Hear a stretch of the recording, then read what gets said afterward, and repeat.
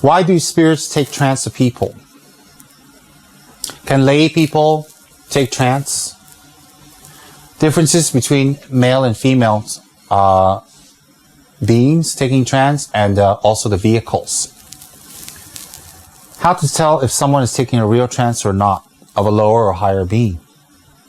How to protect yourself from being taken trance of. Not everybody wants to be oracle. When and where can we take trance? Anytime, any place? Sounds like a Blondie song. Call me, anytime, any place, anywhere. Call me. So those who are hip would understand that, the rest of you would not. That's why 90% of you are looking at me with their mouth open. What? Who's Blondie? Who knows who Blondie is? Like I said, 90% had their hands down looking at me.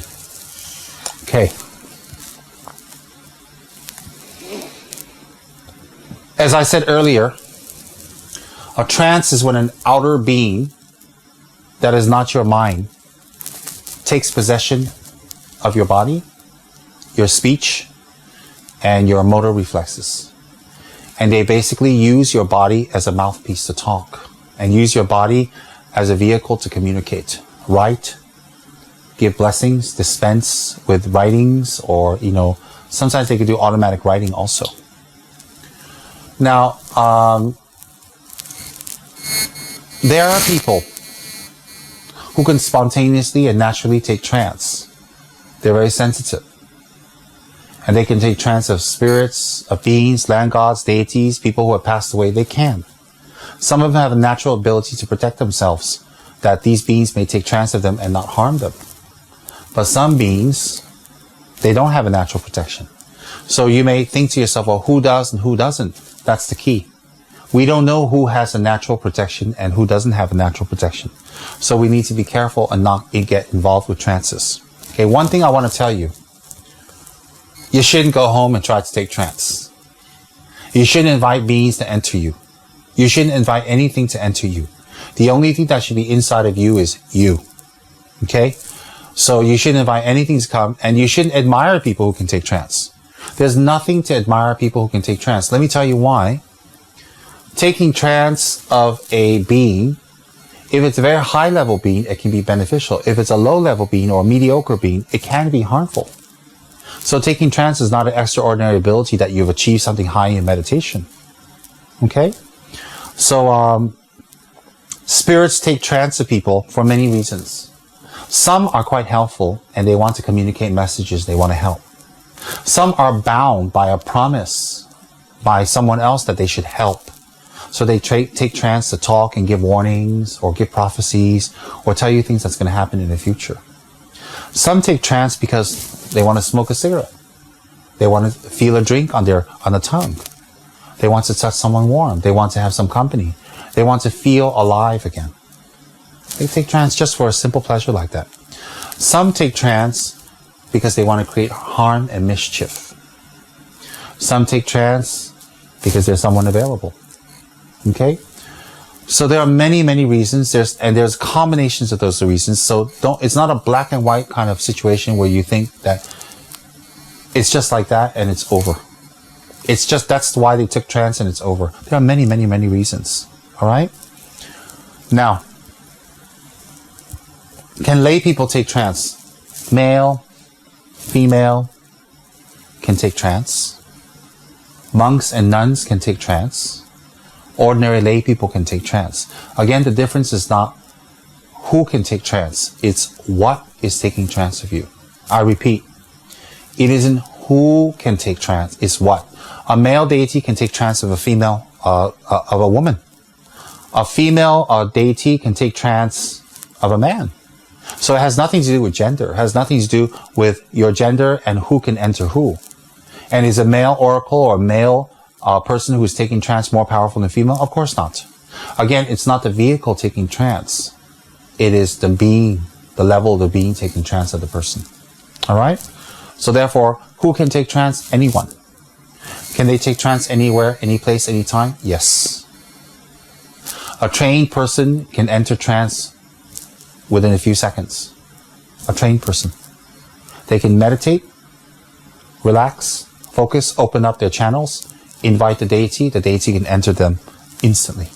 It's like an Instagram. Really, it's instantly they can take trance. And there are different levels of trance.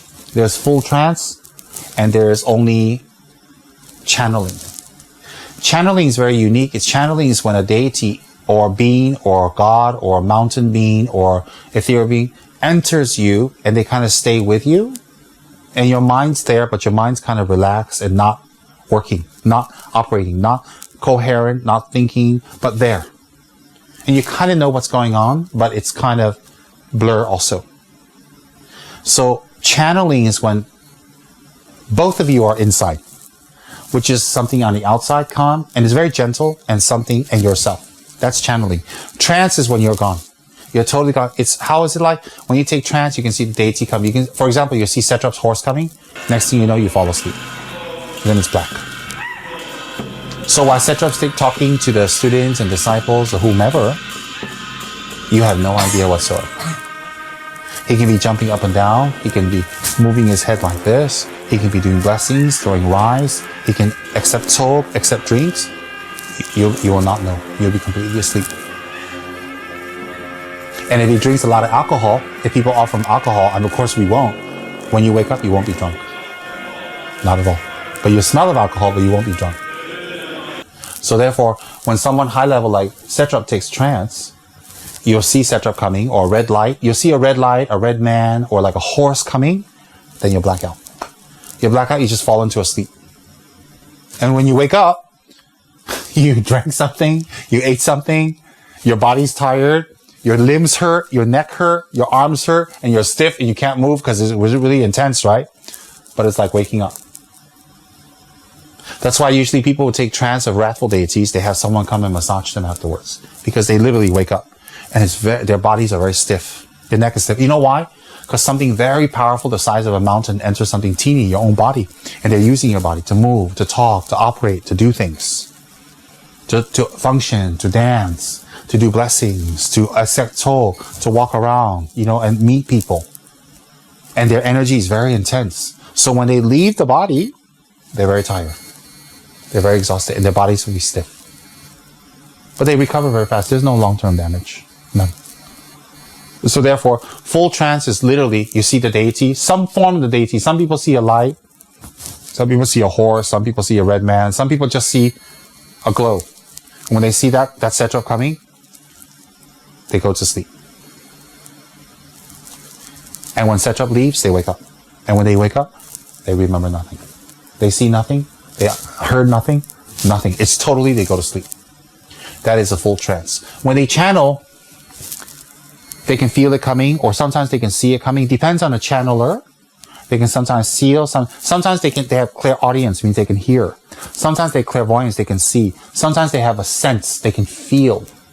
And then it enters them. And when it enters them, they're there, but they're very dormant.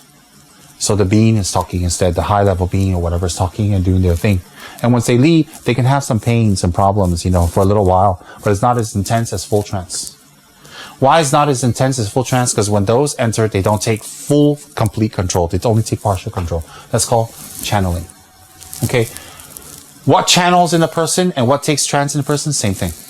You can channel gods, devas, beings, spirits, nagas, high-level protectors. There are cases of people able to channel Trances, Avalokiteshvara, Kalarupa, Bandinhamu, Mahakala. There are people who can take trance or channel that, but those like 1 out of 10 billion. That's a very rare type of oracle. That's not a normal oracle. There are oracles in the past, because the High Lamas told me. One High Lama told me, Genima in Ganden Monastery. He told me there are oracles who can take trance of Kalarupa, Mahakala. How cool is that? And Bandinhamu. They can. But those are very rare oracles. Very rare. Okay? So, male deities or male beings can take trance of both male and female. Female deities can take trance of an oracle or a channeler, both male and female. Because why? It's not so much what gender you are, it's your connection and the purity of your body and the cleanliness of your body. How can you tell someone taking a real trance? Very simple. Write something on a piece of paper, put it behind your hands, and ask them, what does it say? So if they're taking real trance, they'll tell you. That's if they're up for the challenge. Very simple. Isn't that good? So how do you tell if someone's taking real trance? Like you have a friend who loves attention, and they're telling you they're taking trance, etc. You're like, okay. You write something there. Dear etc. What did I write? If etc. tells you the right thing, you better say sorry, etc. Apologize real quick. But if etc. tells you the wrong thing, they're taking trance, or if they lead trance real quick. I met an oracle when I sent someone there to ask him questions. He took out of trance real quick. I'm like, in Penang. Real quick, that guy went out of trance. Oh, I'm too tired now. I'm like, So how do you tell if they're in trance or not? Write something on a piece of paper, put it behind you, and ask, what did I write? Isn't that easy? Do you guys need to be high lamas to do that? No. And if they're really taking trance, they'll be able to tell you right. And if they tell you the right thing, the next thing you should do is you write a question. What's the next lottery number, please, for 10 million? So we can build KFR. Right, real quick. Wouldn't that be great? Then all of you get 10 million, 10 million, 10 million. Of course, I get 20%. KFR lah. Okay? So how can you tell if they're taking real trance or not? You can test them. Because the real oracles in Ganden in the past, when they take trance, they have records of what they asked them 30, 40 years ago with this person at this time. And they take it out and they say, 30 years ago, at this time, with this person, they ask you this question, what was your answer? And they'll tell you precisely what was said. And remember, they get thousands of answers per month. They'll tell you precisely. And details. And sometimes, let's say that you have Oracle A, they took trance and they gave answers to Paris.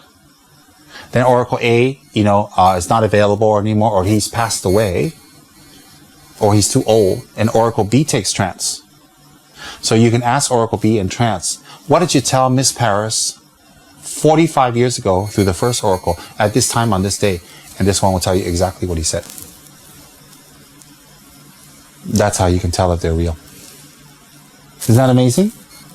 It's not amazing because the deities are omniscience. Satrap has omniscience. He never forgets anything. And if he said it, he'll tell you. Even if another one said it, he'll tell you because he has clairvoyance. But if you write number 3 and your friend takes trance and they tell you it's number 2, see you later, Buster. Bust it. So we can start a new organization, Trance Busters. We'll have some business too. Isn't that an easy way to test them?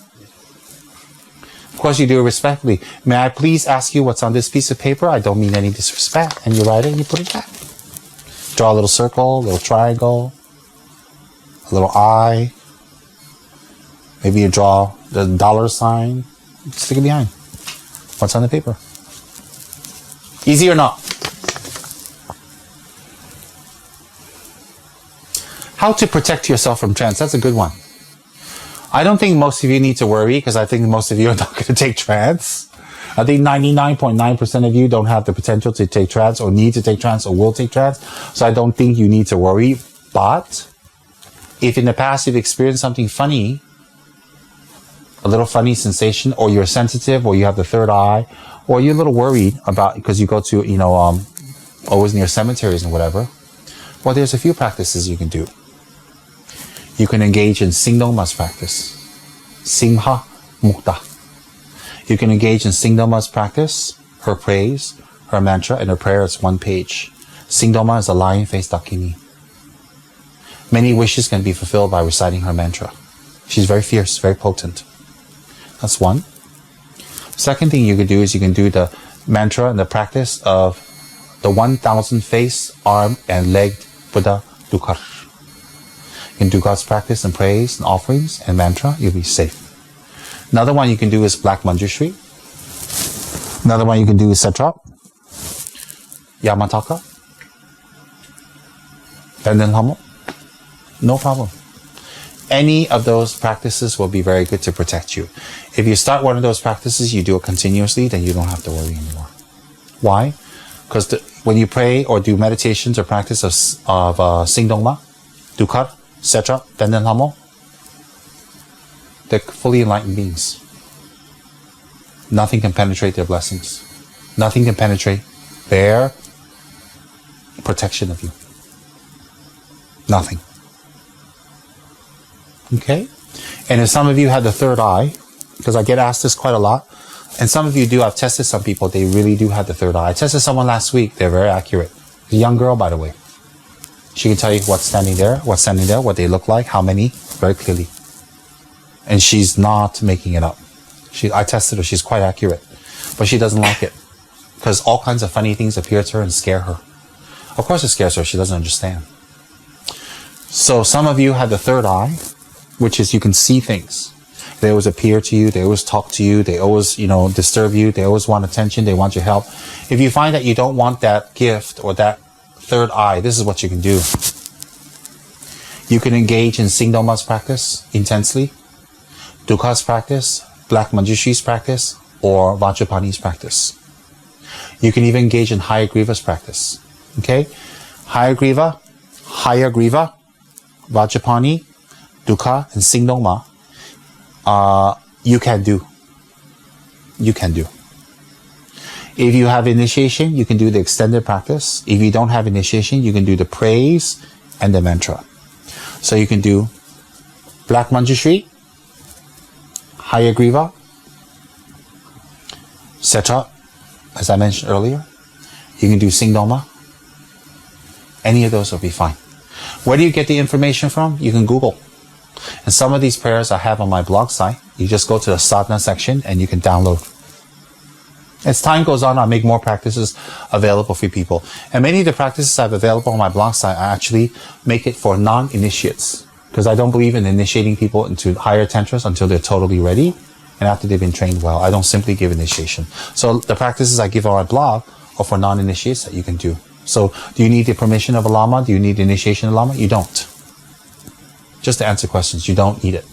So you can do Dukkha, Singdongma, Black Manjushri, etc., Benden Hamo, Hayagriva, any of those. How do you do those practices? You have an image of that deity, that Buddha.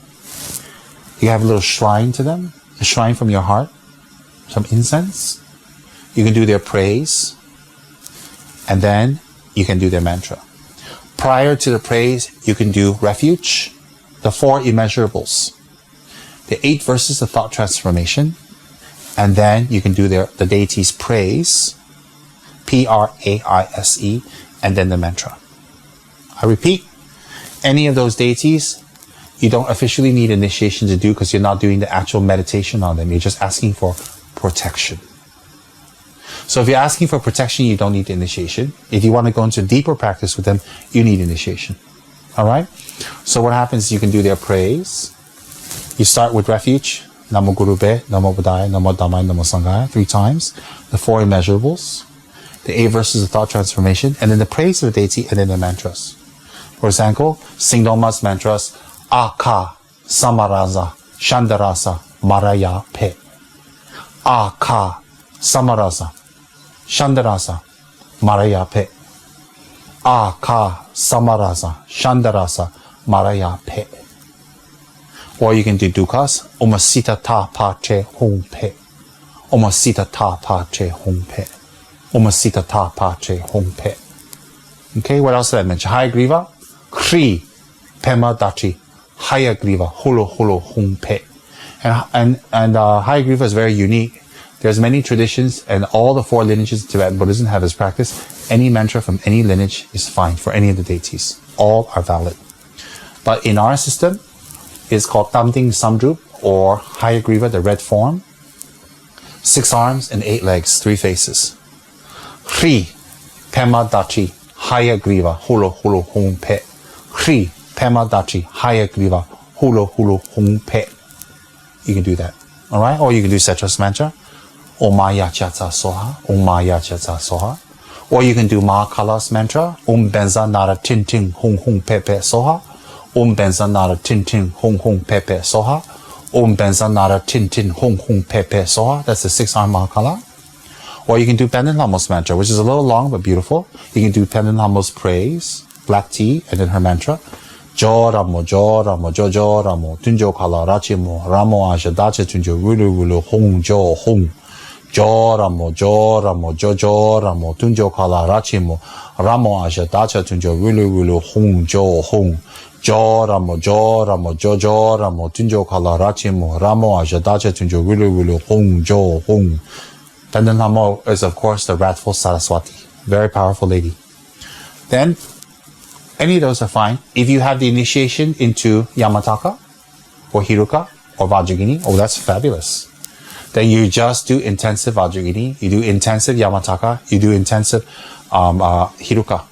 Okay, you do those sadhanas intensive with the mantra and offering, you'll be fine. And you don't have to do other ones.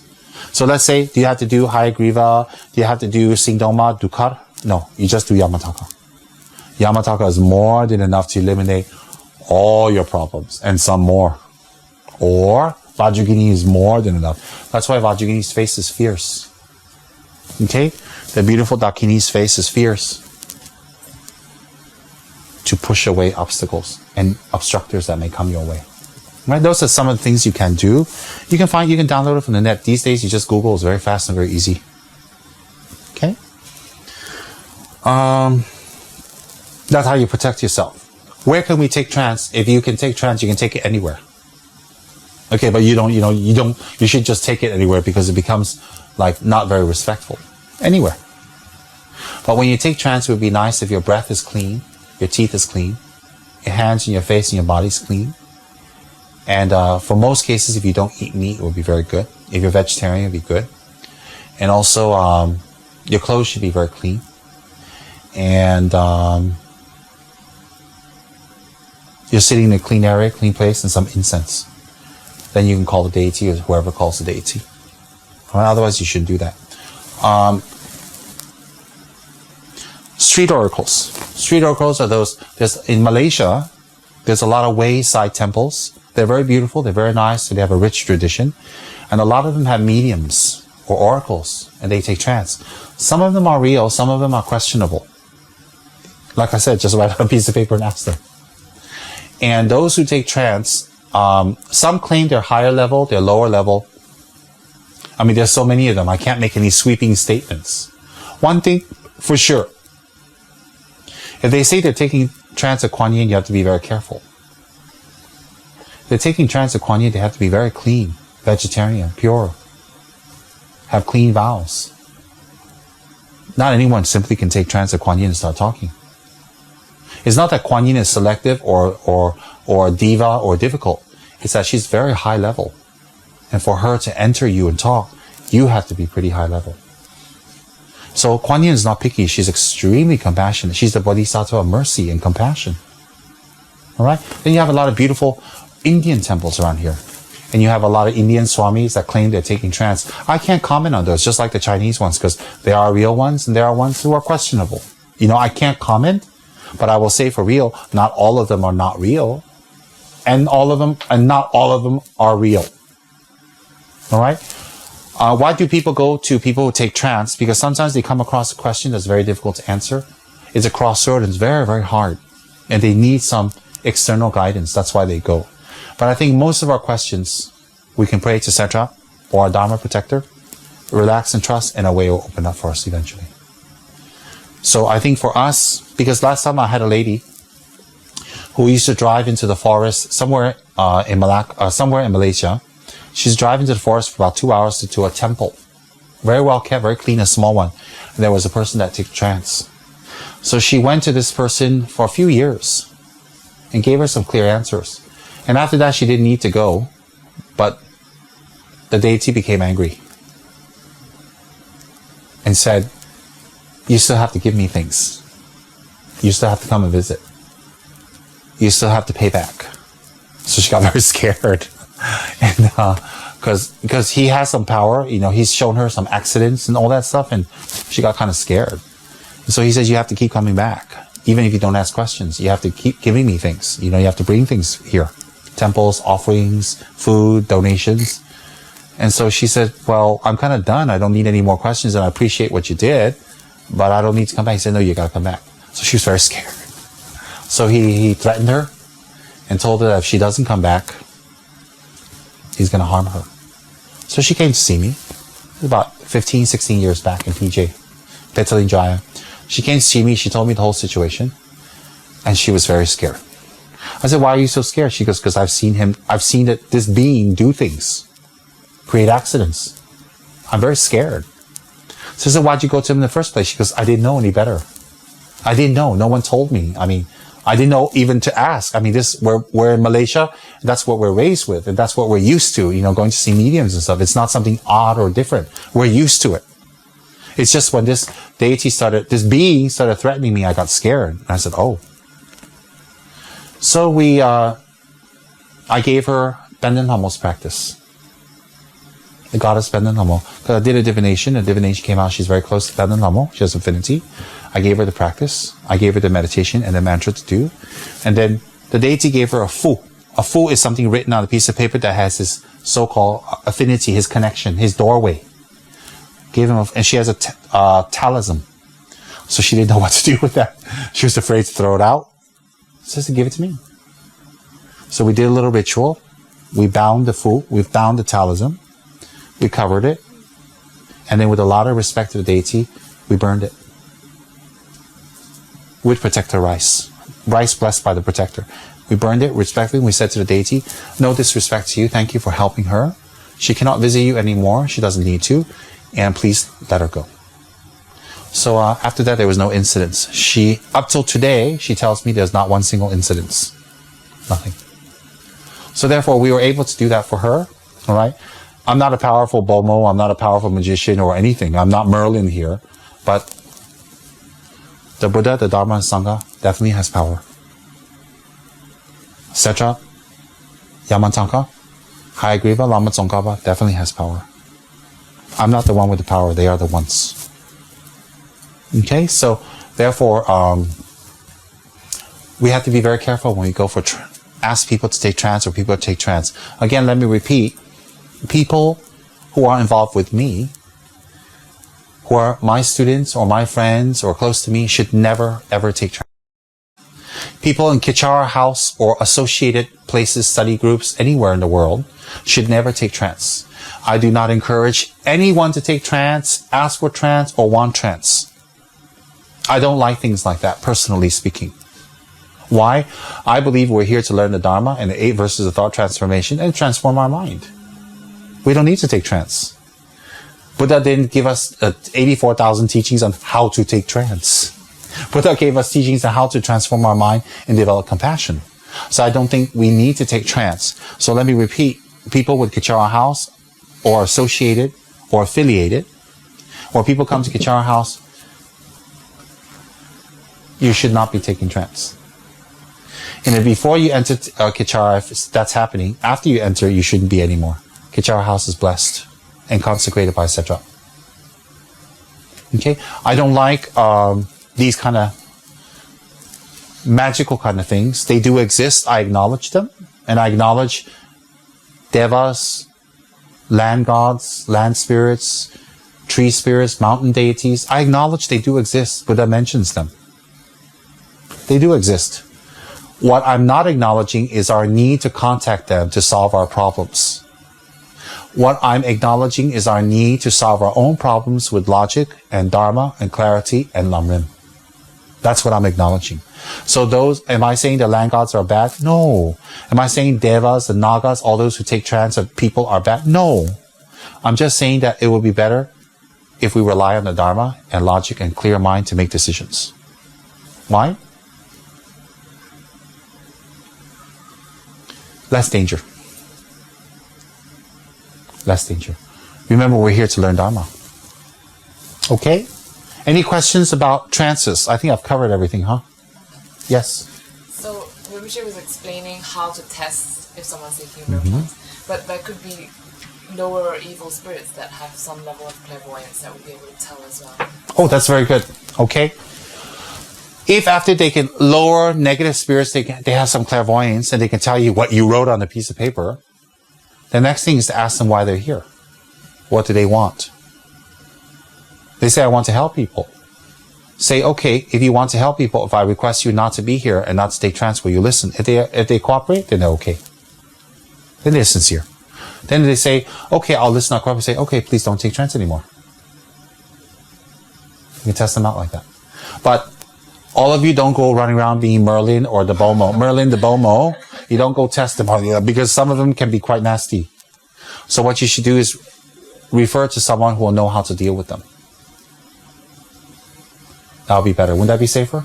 Okay. Otherwise, Paris might come with even more personalities than she already has. Yeah. You're our own little multiple personality schizo. Questions about trance? Yes. Rinpoche, let's say nice hair. For Chinese medium, let's say it's since young we've been going to Chinese temple, like let's say a Kuan Yin temple.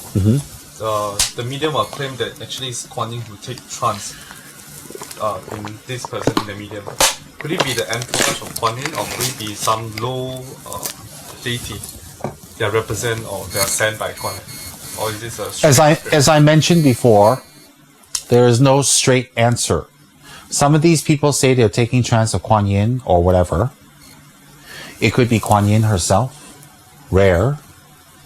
It could be her entourage. She's got entourage that's just as effective. Or it can be something that she sent. Or it could be not involved with her at all. Okay, my point is, it could be all of that. But how will you know?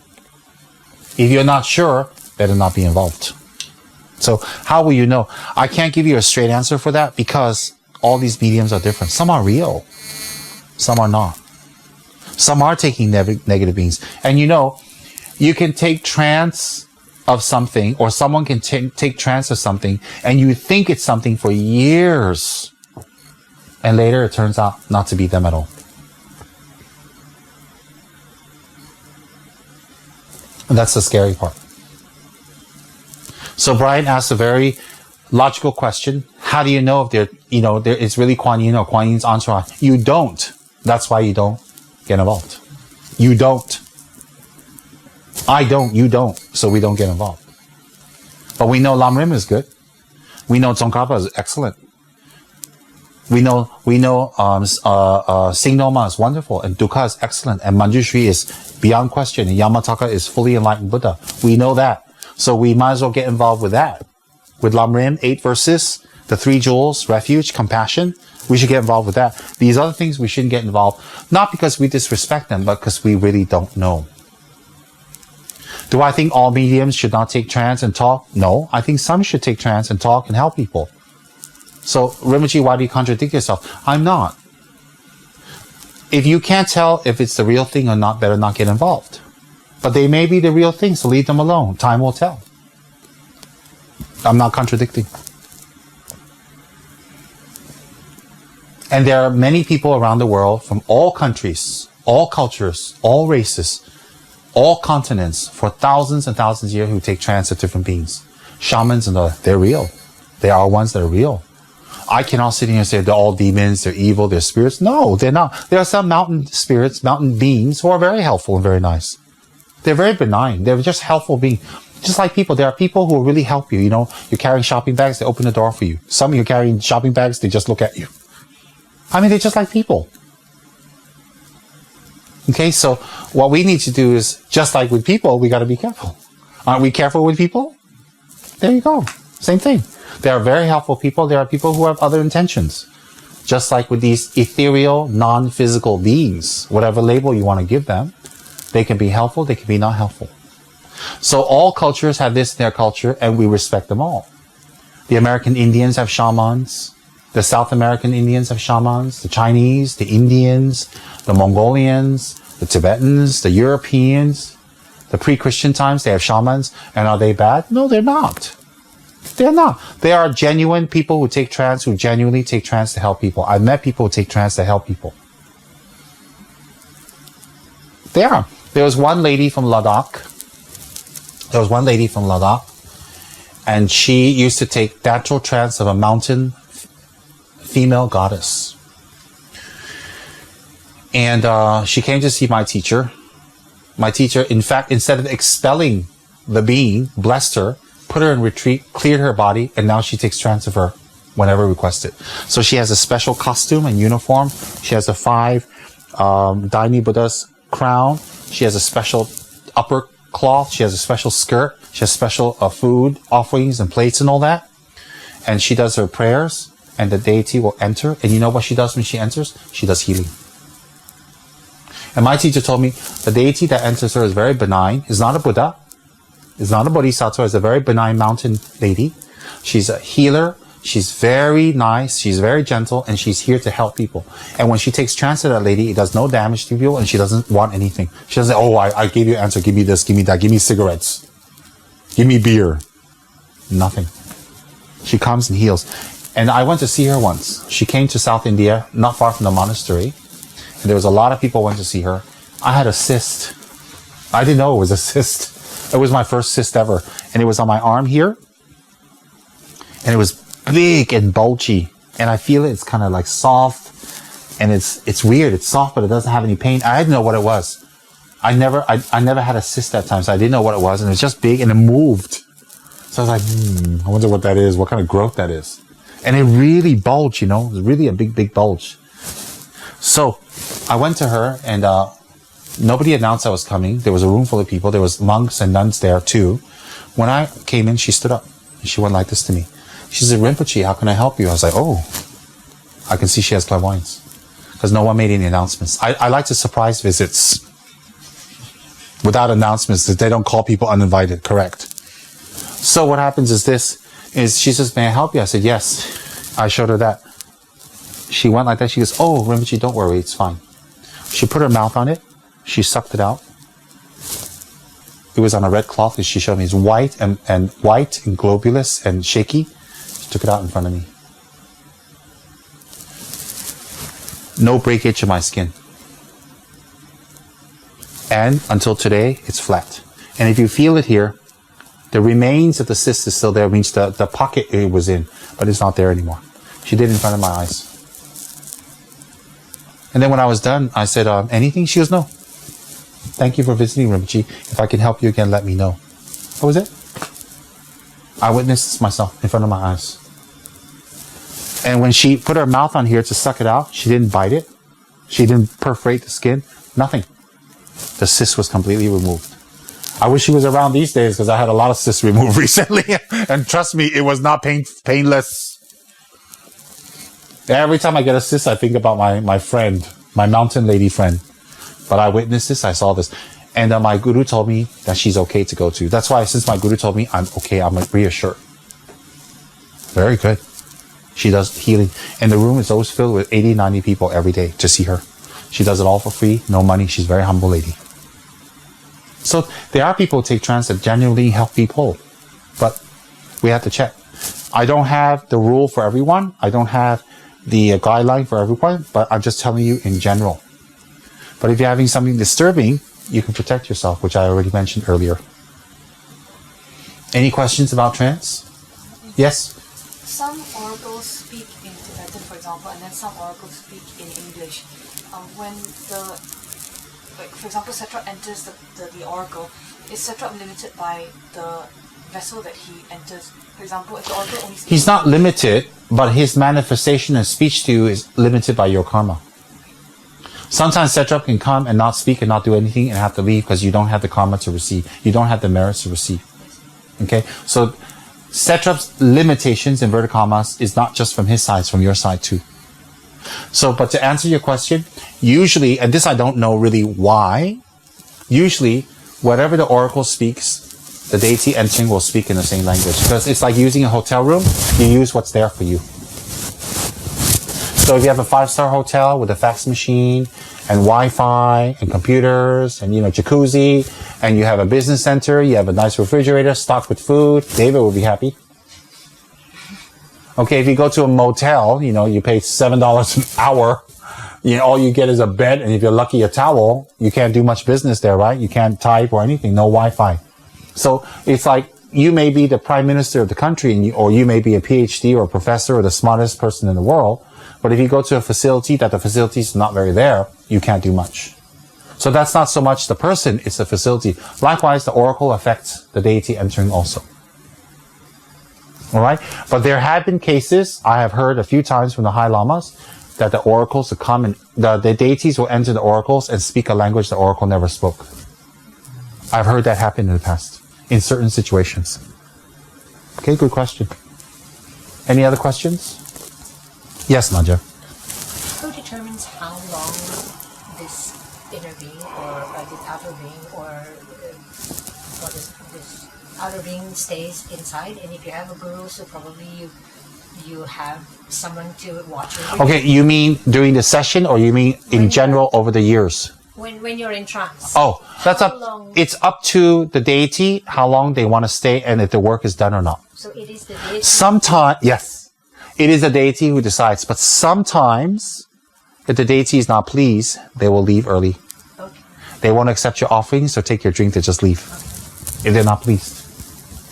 There have been cases where Satrap has entered people and said to them, "The advice I gave you, you never listened to, so you don't need to ask me. You do what you want.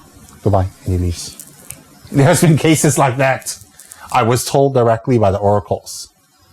And there are cases when Satrap enters, he hugs you. He shares a drink with you. He strokes you and he asks you, "How can I help you?" Why? Because you usually listen and you're kind, you're compassionate, you help people. So he helps you. There are cases like that. Can you imagine you have your tea ready, you have your talk ready, you have your biscuits, you have incense, everything ready, and Satrap comes and tells you, "You usually don't listen to what I say, so you're not going to so you do what you like," and he leaves. He doesn't even take your tea. But when Satrap is happy, when Satrap comes, he'll take your tea, he'll take your incense, he'll accept all your offerings for you to collect merit because he's pleased. You say, why is he so not compassionate? He's very compassionate. For him not to stay and leave to give you a strong message, change. So there have been cases where Satrap takes trance and he even grabs the person and shakes them, says change, and throws them in a monastery. Okay, because Satrap doesn't want anything from you. He only wants you to achieve Buddhahood and transform and be happy. So if you're not doing what is being taught and you're creating more negative karma for you to suffer, he's angry at your actions and your karma, not you. So when he shows you anger, he's showing you that your actions will take you to an unhappy place. So he's unhappy with your actions, not you. He has great compassion. Okay? Questions?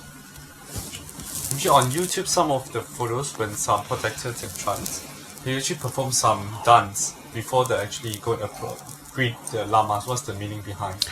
The meaning of this is this. Zouk is closed, so they're dancing for you here. Okay? The big disco called Zouk is closed, so they dance here and have a little good time before they meet. How's that? They're happy! They're happy! And when they do the dance, they're clearing obstacles. They're clearing negative energy away. They're doing the dance of enlightenment.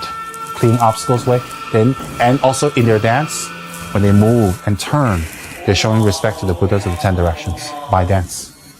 And then they go greet the Lama. Okay? Zouk is a famous club in KL for all my YouTube friends. Okay, questions? What is the significance of the uniforms? Not uniforms, I mean the costumes. The costumes is because it's Halloween. The significance of the costumes is an offering to the deity. So you offer beautiful crowns with jewels, silver and gold with jewels and whatever, and beautiful clothes. It's an offering for the deity to come, and you're offering that to them, just like you offer to the Buddha statues. Okay, and also when the deity comes, to wear something that is clean and pure, that's set aside for them, and not your normal clothes. Your normal clothes is not clean. Okay, so it's cleanliness, it's respect, and it's also an offering to offer these uniforms or costumes to them. And some of the clothes that the deities wear is actually what they wear. So easy for you to recognize who it is. Okay? Questions? Good. I think that finishes for our little trance talk today. That was good. Daso Jine Sabi Gamwandi, Tandan Joa Kula Gambandan, Jeba Jason Lozan Drabai, Pevi Boli Lusa, Sho, Janju Sinjo Rinpoche, Majin Pana Chigi, Cheba Neba Meba Yang, Goni, Gamwandi, Nuda, Lama Sanje Jugune, Joa Jigamalo, Ei Sala Gobasho. Chujin Naba Pewala, Gajin Shima Shiwandan, Chunjin Malon Tamasho, Tadan Jason Jusundan, Jave Soni Latini, Jewa Losan Drabai, Dema Yunin Baju, Gangli Rewe Kore Shingan De Pende.